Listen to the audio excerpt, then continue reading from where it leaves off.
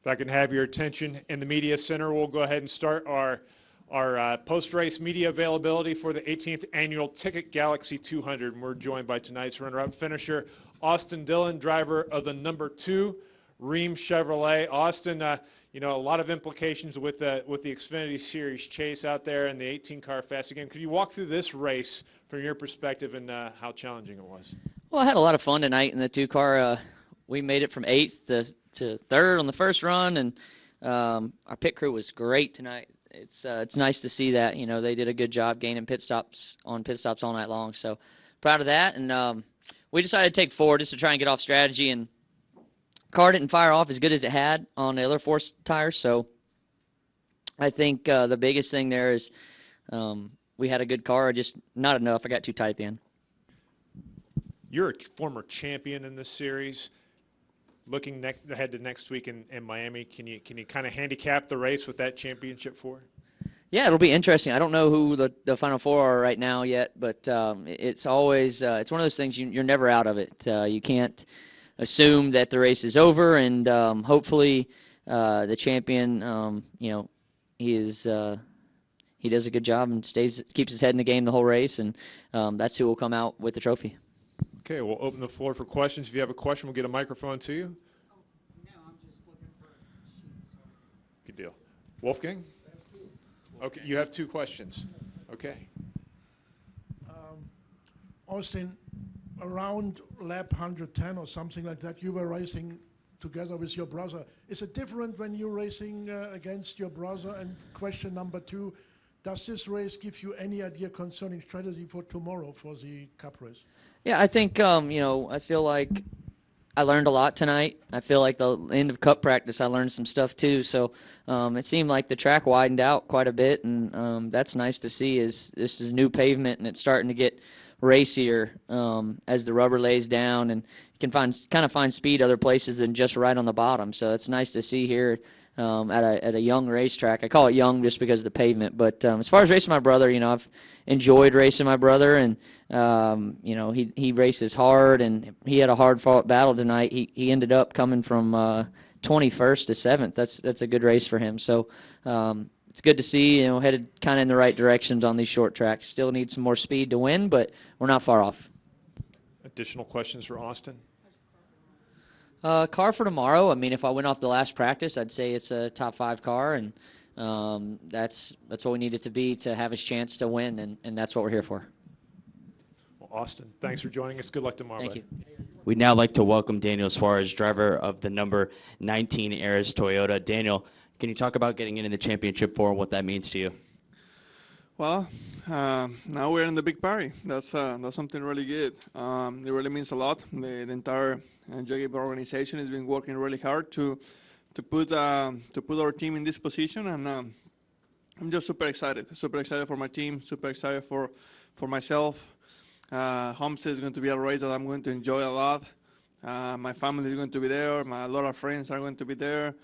So it's going to be a huge party for me, and hopefully we can win that thing and have a good vacations as a champion. That would be awesome. With that, we'll open it up for questions. We'll start up front here with Reed. Reed Spencer with NASCAR Wire Service. Daniel, in this format being as unique as it is it going to be different just in terms of the way you approach a race where you're really racing against 3 other drivers? I think it's going to be a little different, but at the end of the day, we are going to do the first part of the weekend like we normally do, trying to work hard as possible to make our race car fast and try to put ourselves in a good position and see what happens from there. But overall, I really think that we are going to be strong. We are going to have a good race car, and we are going to be battling in the front. Go back, Wolfgang. Sorry, I have again too. Number 1, did you expect that your success here in North America was coming so quickly when you moved over from Mexico? And question number 2, yesterday after the truck, when you said you have an idea how to set up or how to prepare your car for the Xfinity race, can you give some more details what you did with the car, Xfinity race, preparation race?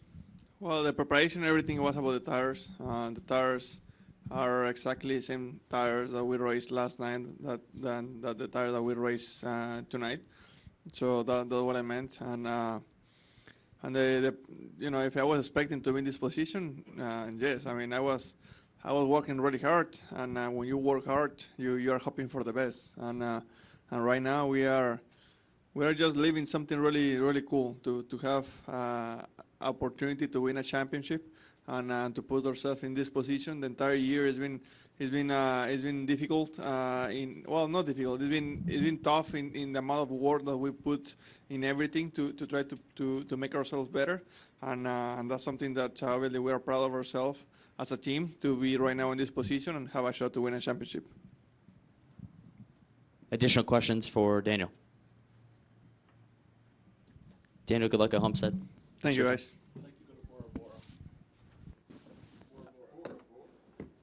We'd now like to welcome Erik Jones, driver of the number 20 Hisense Toyota. Erik, can you talk about what it means to be in the championship four and going to Homestead next week? Well, it's pretty special for me having a shot to go to Homestead again this year and win a championship. In the Xfinity Series, you know, it'd be pretty cool to win back-to-back championships in the truck and then the Xfinity Series. So it's pretty awesome. You know, not a perfect night by any means, but a night good enough to get us to Homestead, and just have to get everything right and execute like we need to in Homestead, and I'm sure we'll have a good shot at it. Can you talk about just, you know, tonight's race, what it meant to you to get over that adversity to get into the championship four? It's kind of been the story of our year, whether it's self-inflicted or you know, something out of our control. It's been a little bit of an adverse year. So obviously tonight was self-inflicted by myself, and you know, it's not something you want to have happen, especially in a high-profile race like this. So overall, you know, we just need to make sure we're on our game and next week here in Homestead and do it right. With that, we'll open up for questions. We'll start up here in the front with Reed. Reed Spencer with NASCAR Wire Service. Erik, how hard was it to keep a cool head when the pit road snafu happened and you restarted 17th back in traffic like that? You know, fairly hard. You know, I think it's harder for me when it's a mistake that I make. Obviously, that was a mistake of my own, and every time something like that happens, you tend to beat yourself up a little bit. So, you know, especially being that far back at Phoenix is tough. Had it been a mile and a half, you can make some moves, and when you're that fast, you can get back up there. But being Phoenix, it's pretty tough to pass, and getting that far back in traffic, I knew it would take some time to work back around everybody, and it did. So overall, I think we had a second-place car, just weren't, you know, in a second-place spot there at the end when it mattered. Any close calls back there? No, nothing too big. You know, I mean, you know, hard racing for sure between us. Yeah, we were racing hard, and you know, I was just trying to do the best I can to stay in a safe spot.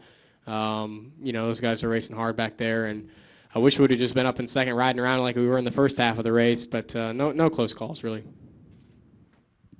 We'll go in the back here, Wolfgang. Wolfgang Munzer from Germany, Rennsport Press Agency. Kyle Busch seems to be flying, leading 190 laps from 200. Speed-wise and setup-wise, how identical are your two cars? This weekend we were pretty different.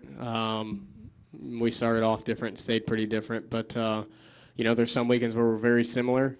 This week I didn't feel like we had the speed that he had. You know, even when we were up there running second, obviously he was driving away from us, and the only time we were really catching him was in traffic. So he definitely had some speed this weekend, as he always does at Phoenix. But, you know, he have access to what he runs. We can run it if we want, but, you know, just ended up on a little bit different program this weekend. Additional questions for Erik? Right here.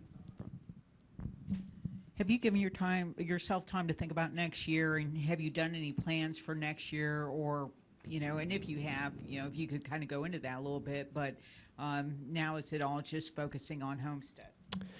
I've taken some time to think about it. You know, I had 2 weeks off and had a little bit of time to go home, and actually went out to Colorado that week and spent some time there, and also did a tire test at Kansas earlier. So, you know, I had some time to get in a Cup car, had some time to go out and hang out with those guys in the shop. I've spent some time with Gayle and quite a bit of time actually, and talked with him and just trying to get all our ducks in a row to to figure out, where everything needs to be next year, as well as obviously Chris has been busy with hiring people and hiring staff to facilitate a second team. So I myself, no, I haven't been too busy with it other than just kind of mingling with those guys and getting to know everybody, traveling back and forth to Colorado some. But overall, I've been pretty focused on the Xfinity deal, and for sure right now focused on Homestead and what we've got to do there. Any additional questions for Erik? I don't. I need to learn.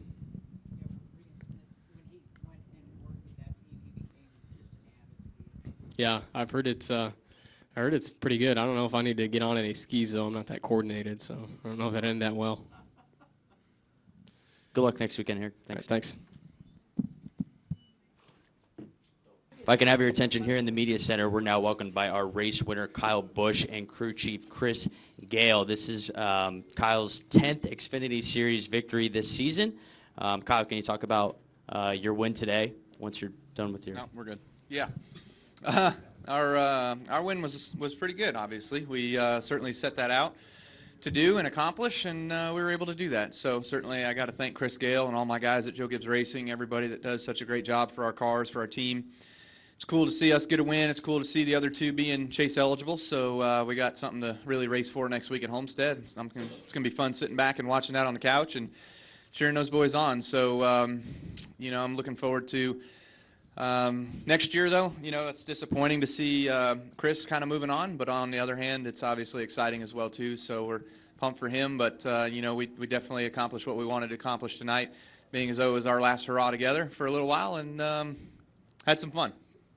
Chris, can you talk about what this win means to you here with Kyle tonight? Yeah, it's just reflecting on the whole season in general, it's great. We definitely wanted to go out, talked about it earlier this week inside the shop about we wanted to go sit on the pole, lead the most laps, and win this race. I mean, it's just important to the team, to just last time with Kyle driving the car, we just wanted to kind of set that statement that, kind of started out, been pretty dominant this year. I think there's another 2 or 3 races that we kind of left on the table with just things swinging one way or the other that we could have had, 2 or 3 more wins. So it was good to kind of finalize everything. And my last race with him is just awesome experience. I've enjoyed the last 2 years. Great. With that, we're open up for questions. Start up front with Rheem. Reed Spencer with NASCAR Wire Service. Kyle, a 10th win at any track is a real milestone. What makes you so good here? I don't know. I just enjoy coming out west. I really love it out here, and this is a really fun racetrack for me. I've always enjoyed it, and the old asphalt and layout, and of course the new one as well too for the Xfinity side. It's just really been great, and I've taken accustomed to it really well. So I certainly wish that we'd be able to figure out why exactly we're so good on Saturdays and be able to apply it to Sundays. But somebody else is doing that right now, so they've certainly got it figured out with Harvick. But we've gained on it a lot over the past few years. We've gotten a lot better. I think the JGR cars are top 5 capable, but not domination capable like we were here today. And you were on top of the chart in happy hour. Is that an indication, perhaps, of things to come tomorrow? Yeah, we've gotten a lot better. As Gluck's not here to defend himself, so calling me salty the other day, I was a bit salty. We qualified and we were looking to qualify bad. I knew we were going to qualify bad. We just didn't have very good pace. But I can't say enough about Adam. I feel like this is the farthest we've ever come in a weekend as far as being so far off to being pretty good. So really pumped about that. That just goes to show you that you can throw the kitchen sink at it and sometimes it'll work. So they've certainly done that. Going back to Wolfgang. Wolfgang Monser from Germany, Rennsport Press Agency. One question for the crew chief, Mr. Chris Gayle. We saw a couple of accidents was, I think, tire-related. Do you know that we are scared that maybe something similar could happen to Kyle? And second question to Kyle, running here in the evening, also different cars, Xfinity. How much different is it than running at daytime here? Is the track condition changing? Yeah, as far as the tires, I mean, I know we didn't have any wear issues or anything like that, so I really wasn't worried. And I know one of the 2 tires I saw looked like it had been a rub of some sort and might have been cut. So I think that was the only concern of a cut, not of wear or any sort of problems like that. So as long as, when you have such a lead there, you can kind of be cautious getting through traffic and not put yourself in a bad situation. So wasn't too worried about that. Yeah, and that's a good point, bringing up how this is a night race tonight. The rubber seemed to go down on the racetrack a little bit differently than it had been here in the last couple of years. So, I'm not sure if that was just because of the night race or because of the Xfinity cars or what, but it was certainly something to look at and try to plan for tomorrow because, tomorrow's cars, the Cup cars with less downforce and being no ride height rules, they're going to be sliding around a lot more and they're going to be putting rubber down as well too. So it's important to see how all that's going to go tomorrow with the heat of the day and being right around noontime for our start of the race. Go right here in the front. Kathy Brown pitting outside the box. Congratulations I on your didn't do win. that tonight. I know you didn't. Quick question. Other than telling Daniel and Erik to go out there next week and have fun, what advice are you going to give them going into the next week for their championship? Yeah, that's a good thing to talk about with those guys is just what to do for next week. I mean, that's kind of how I took it last year and what we needed to do at Homestead. We're championship eligible, but of course too, not a lot of people expected us to be championship eligible, so we were just kind of taking it, go with the flow, and whatever happens, happens. We'll take it, we'll take what we get, and we'll leave everything else, and we'll go home. So certainly those guys need to look at the same mindset. I mean, they've got a great opportunity here. They can't get too psyched out or juked up, whatever you want to call it, and take themselves out of the race. So a lot of things can happen and transpire through an Xfinity race at Homestead. You got to run right up on the wall with these cars, so that's going to be a challenging part of the race for those guys. And excuse me. And Kyle Larson's in the race, so he's going to be a force to be reckoned with for sure. I imagine he'll be really, really fast, and those guys will be chasing him. But you can't chase that guy who's just a rabbit. He doesn't mean anything for the points race. Go right here to Chris. Chris Knight, catchfence.com. Kyle's 170th win across all three series. Do you keep track of that? No, you guys just tell me. Okay, so what would it mean to you to get to 200? That's what we're shooting for. I mean, at the rate that I've kind of had going on for the last few years, I feel pretty good about overshooting that 200 number. So, it's just a goal. It's just a number. It's not a comparison to anybody else. It's just what I've always kind of wanted to do. I've got a lot of trophies at home from racing at the bull ring and everything else, and those don't count. So it's been fun though to be able to be as successful as I've been with all the different people that I've been with. So. You can't just say that I've had a Chad Knaus that's made me who I am. I've done it with a bunch of different people. It's been Chris Gayle, it's been Adam Stevens, it's been Jason Ratcliffe on the Xfinity side. I've also had Alan Gustafson, Mike Bumgardner, Chad Walter, Lance McGrew. I mean, man, time goes on. You start remembering those names, but I know, right? I've been here too long. And then you look at the Cup side too. I've won races with every crew chief that I've been with, so that's been really important for me as well. So we'll just keep doing it. Keep going. Run as many races as they'll let me run until they kick me completely out, and we'll just try to take home some trophies. All right. And next week in the truck race, it's your rookie against the three veterans. How do you think he'll stack up? It's going to be tough, man. I'll tell you what, it's Homestead's an intimidating place, but Christopher loves the high side. He loves running up top, but you cannot get in the fence. That's the biggest thing. And some of these sprint car guys, they don't know any better. They just want to run it on the cushion as hard as they can, and they don't know the consequences of dragging the wall. But we'll have our talks and we'll have our debrief and stuff like that from this race on Monday or Tuesday, whichever, and then we'll plan ahead for Homestead as well too in that same meeting. So I think Christopher's got a great shot.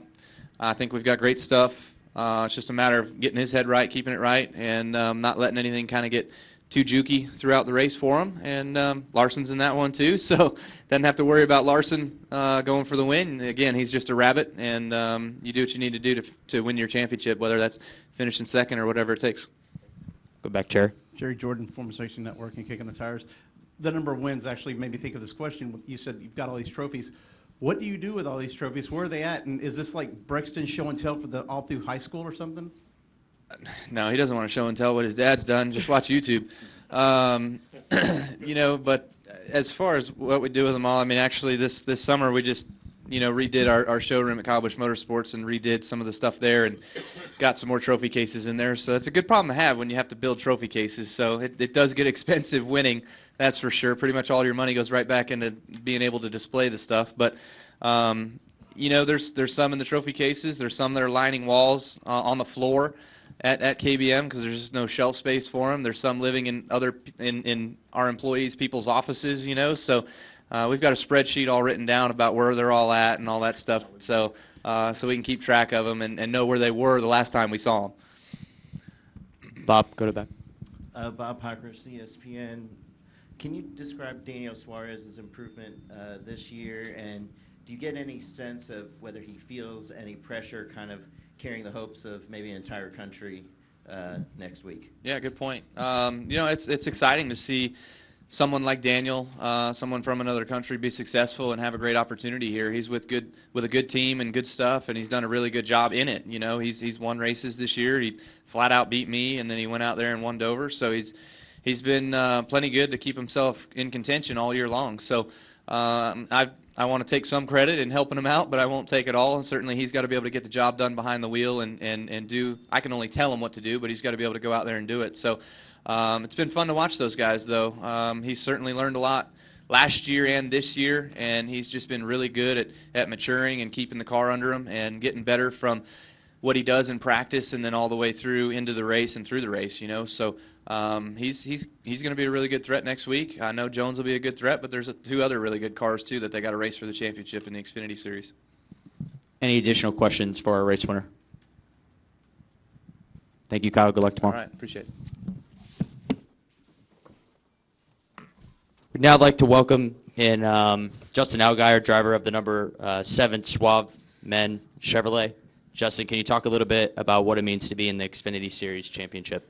Obviously, when the the news broke at the middle of the offseason there that we were going to have a chase format, for me it was something that I was super pumped. Going to a new team, new crew chief, new cars, coming back down to the Xfinity Series.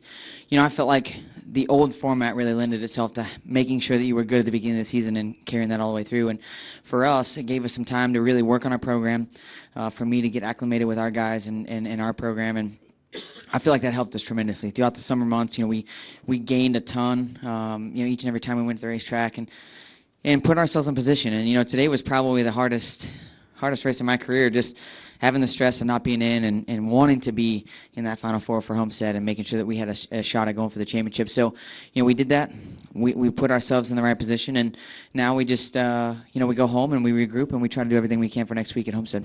Can you just talk about your race tonight? I know you just said that it was stressful, just how you were battling to get, into the championship four. Can you talk about your race tonight? Yeah, we had a really good SUAVE Men Chevy car all weekend. I mean, from the time we unloaded until the checkered flag fell, I felt like, we had a lot of the things that we were looking for in the way the car drove and the speed that we had. Obviously, hats off to Kyle. Those guys were on it tonight. We knew we needed track position to be able to compete. We were all kind of that same speed, and Jason Burdett and the guys did a great job down on pit road. Pit crew was flawless tonight. And we made a great pit call to take 2 there at the end and really brought our car to life and gave me the grip and the speed that I needed. The challenge was that we were a little short on fuel at the end of the race. We didn't quite get it full or as full as we thought we did. So, for me, Jason came on the radio under the caution, told me to save. And then even under green, we ended up having to save there at the end and gave up 2 spots because of it.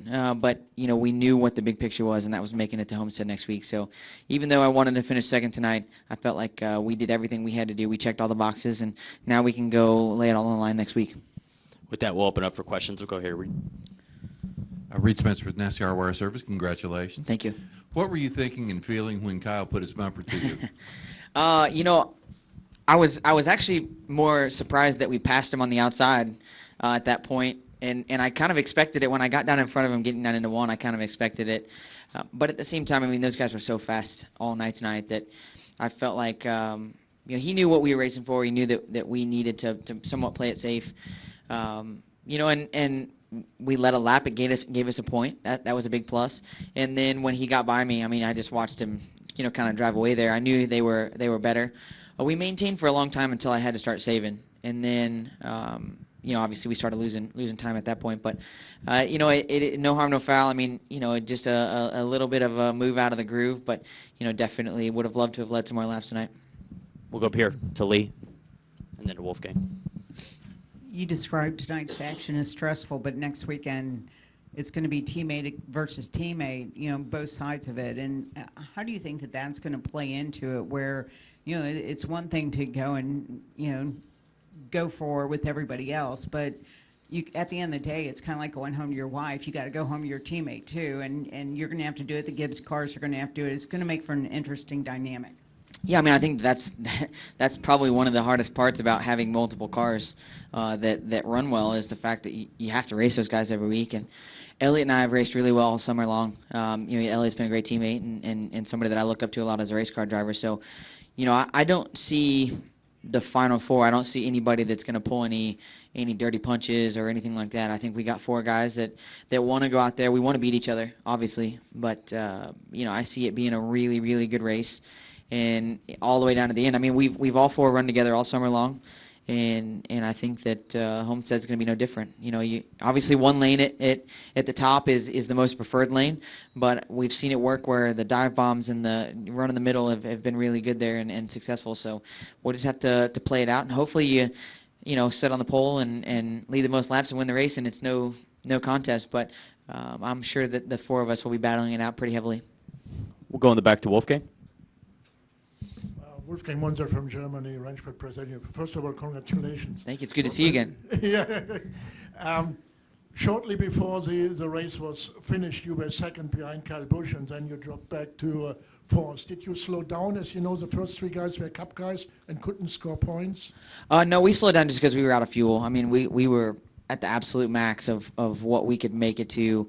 I was in 100% fuel conservation mode. Obviously, we knew we couldn't lose spots to the guys we were racing against in points, but we were in 100% fuel conserve mode. And as much as I hated giving up those 2 spots, I mean, ultimately as a racer, you want to win races and you want to finish as high as you can. And second would have been a great night for me here, but the big picture was the championship at Homestead. So, do you risk maybe running out of fuel to get a second place finish and give up that opportunity to go for a championship next week? So we made the right call. Obviously I'm not sitting on the box, so I don't know how short we are. And those guys were doing everything they can to get me to save as much as possible. But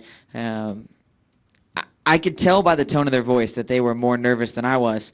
So, I wanted to make sure that we made it to the end, and ultimately we did. And still had a solid finish out of the day. We were lucky enough that we were separated out enough and had a fast enough car that we were able to save fuel and still have a good solid finish. Right here in the middle. Rents Brown, Race Chaser Online, the Performance Motorsports Network. We look ahead to Homestead. What's your approach? Do you change anything in the regular week going into it, or do you approach it just like another race? For me, I think I approach it just like any other race. I think these final 3 were probably the hardest for me because it's 3 races. We went into Kansas, we had a bad Kansas, we got crashed. We went into Texas, and we had an okay day, but it wasn't great. And so we came here knowing we were at a deficit. We knew we had major points to gain to try and make that next round. Going into Homestead, we're all even. There's no pressure. We got a 25% chance, a 1 in 4 shot at winning this, the same as everybody else does. And so for us, as I said earlier, you sit on the pole and you win the race. That's all you can do, So for us, we have to do as close to that as we can. The faster we go in qualifying, the faster we're on the race. All of that makes our job a lot easier when it comes down to the checkered flag and the championship. Go in the back to Jerry. Jerry Jordan, Performance Racing Network and Kicking the Tires. Can you compare where you were at last year in the Cup Series versus, knowing that you were out of a ride and you were going to come here to where you are right now, knowing that you're going for the championship, and talk about that swing over the past year? Well, I wasn't sitting in the media center after the race last year. I know that.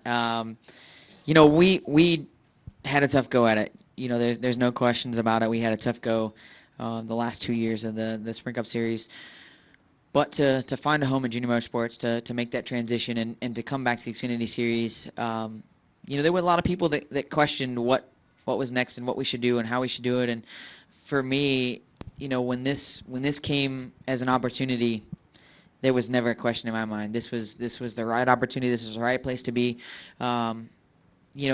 Dale Jr., Kelly Earnhardt Miller, everybody that is a part of junior motorsports has been absolutely awesome. To put ourselves in a spot to go for a championship. I mean, it doesn't matter what series you're in. If you're at a NASCAR home track series, if you're in any of the top 3 series, the ARRIS series, it doesn't matter what you run.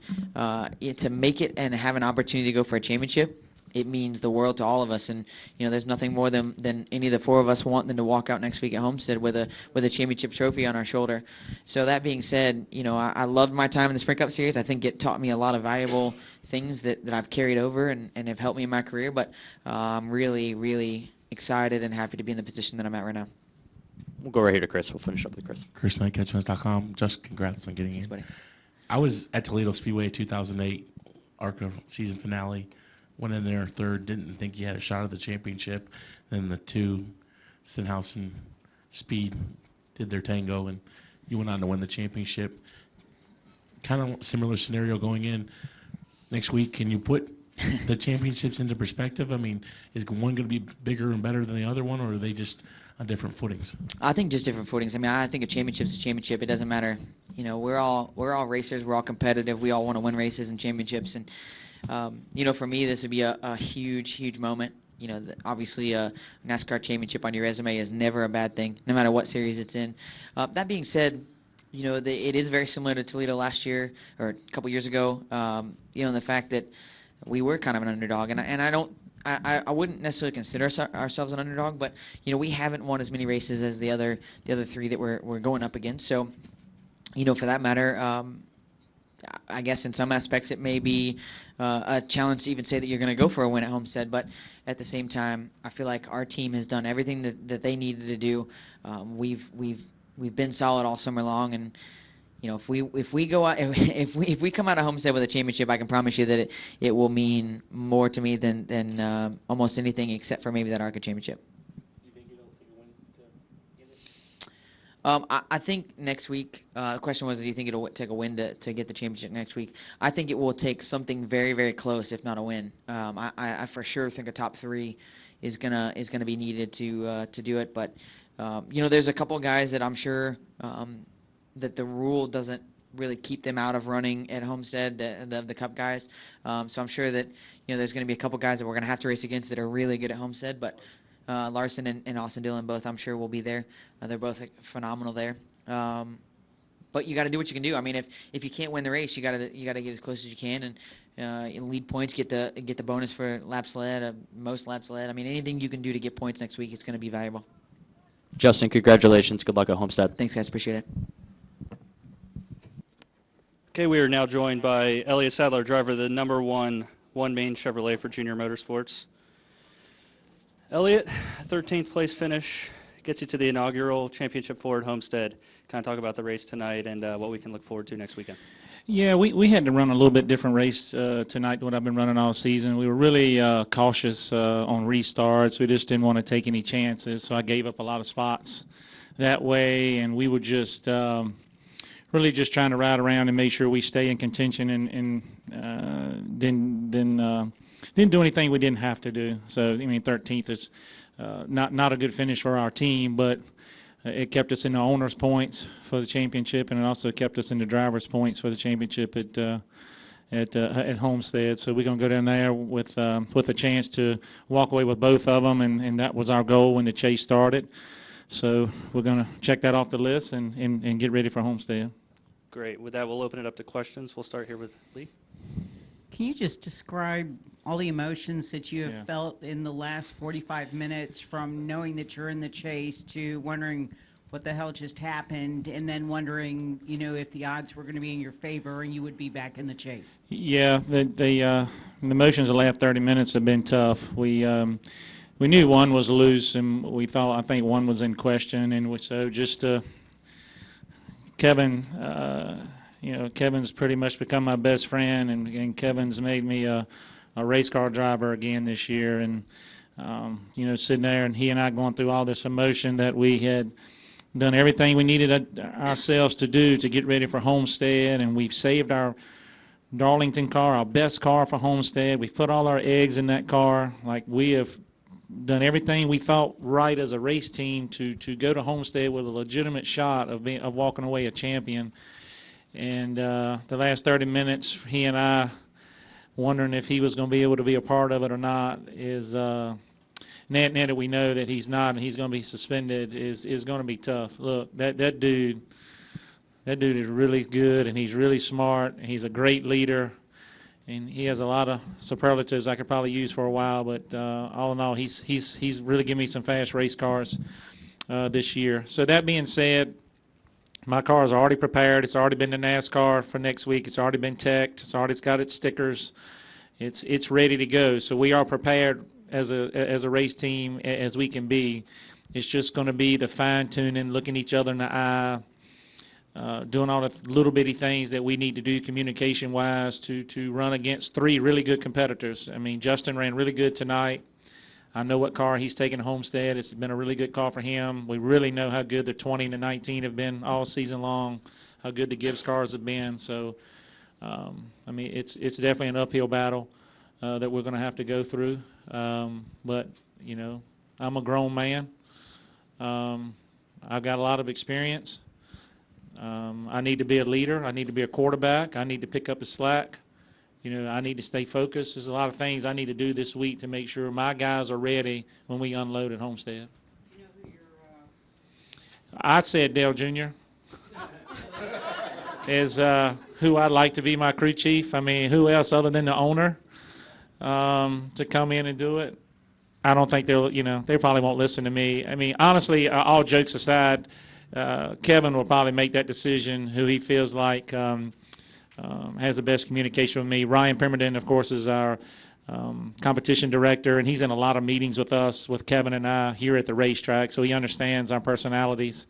So it's probably be him. But if I get a vote, which I don't think I do, per the JRM logistics, I would say Dale Jr. would be a great crew chief. I mean, he's won the championship at Homestead there before in the Xfinity Series, so I think he'd be the perfect fit. We'll come right over here, and then we'll work it back to Bob. Elliott, Rents Brown Race Chaser Online, the Performance Motorsports Network. Is there any nerves or worry about having a crew chief that might not have the same sort of communication and verbiage that you use to set up a race car, especially with Homestead being a very sensitive racetrack when it comes to setups? Yeah, I mean, definitely. You know, Kevin and I did all the talking, and so to try to communicate with somebody different is going to be different.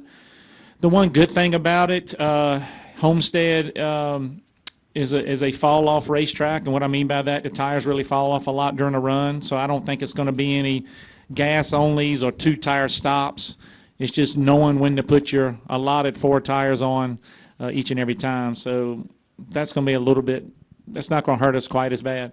But that being said, it's definitely going to be a communication difference. You know, the championship race is not the race you want to go to with a new crew chief, but we're still fortunate to be in this position to go fight 3 other guys for the drivers' championship and a couple other guys for the owners' championship. We're going to go make the most of it. See if we can make it happen. Bob.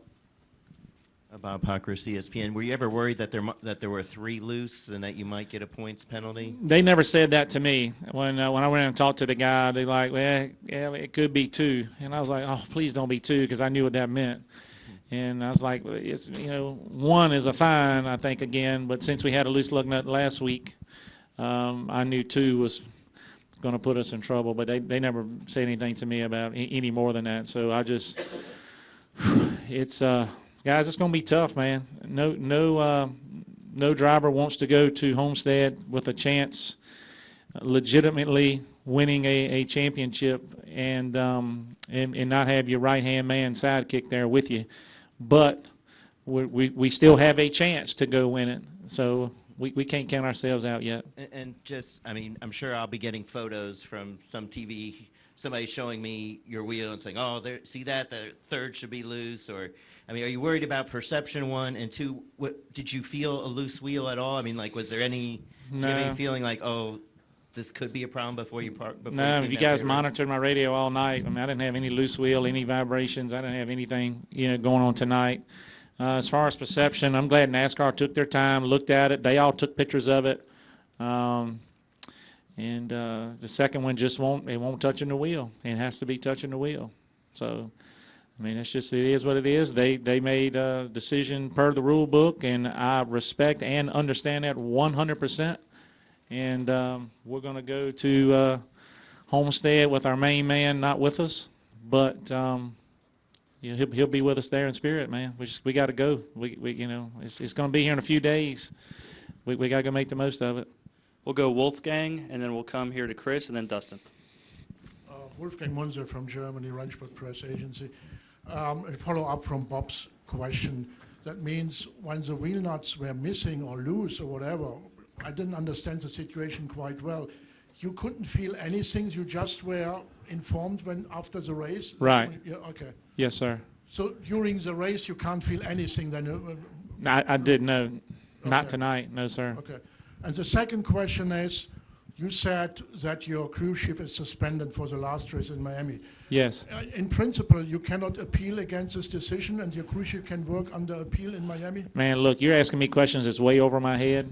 That's a junior motorsports thing, but I doubt we will appeal it. I'm probably speaking out of turn here. I doubt because they showed Kevin the wheel, they showed Kevin the pictures, and pretty much showed him they face to face, 6 inches from it. So I don't think there's any kind of appeal. Look, I'm not a lawyer, and I don't understand how that works. I'm barely smart enough to drive the car most of the time, and I don't want to speak out of turn, but I have no idea how all that works. I just want to show you a possibility. I understand.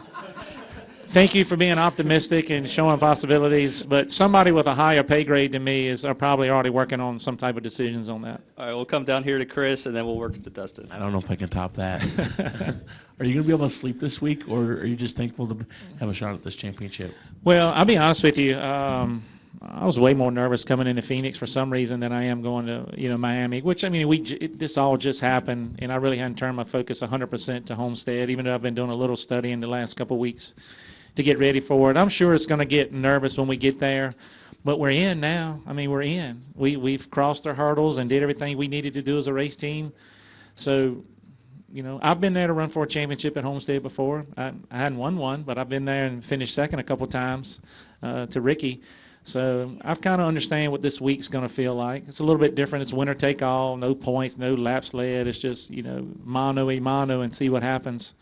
So it's a little bit different, but honestly, I'm kind of relieved, man. I kind of feel like, other than the deal with Kevin, as far as as a team, we made it. We reached our goal. We have a chance to go to Homestead and be crowned a NASCAR champion. And that's, as a kid, Chris, that's a dream come true for me to just have the opportunity to be able to do that. That's what it is, isn't it? Hey, look, and I think our teams deserve that. I feel like. Of course, the Joe Gibbs teams have been remarkable all season long, but I really feel like we as a race team are right there on their heels most of the season. We've got some wins and some top fives and top tens and a lot of cool stats that go along with it. So I think our teams, and I'm biased, but I think our two teams deserve to run for the championship this year per what we've been able to do on the racetrack. Dustin? Dustin Long, NBC Sports. You said earlier that your mom is going to be down. Yeah. So can you talk about her progress? And I guess will this be her first race? This will be her first race in a long time, and she never misses the October race at Charlotte, guys. And she was not able to come to that. So my mom and dad will be coming to Homestead to watch. Of course, my brother will be there as well, and my wife and kids, and a lot of family and friends. But it's when you're younger, you don't really realize what your parents sacrifice for you to have the ability to do things you want to do. But as I've gotten older, I really understand what my mom and dad sacrificed in their life to make sure I had the good equipment growing up. And we've been close a couple times to winning a NASCAR championship and couldn't pull it off. So they're going to come down and support me again. I think my mom coming to the racetrack is really good inspiration for me. To be able to, do her proud. So they're definitely coming down next week. And we'll finish up here with Dominic. Dominic Otto, on the racingexperts.com. Just back on the lug nut situation, how much have you and Dale Earnhardt Jr. had communication on that already? Nothing yet. I have 81 missed text messages right now. I hadn't checked them yet. I come in here to see what you guys, and I don't know if that's from him or not. So, we'll see. Look, we still have tomorrow. They got a cup race tomorrow, and his car's on the pole.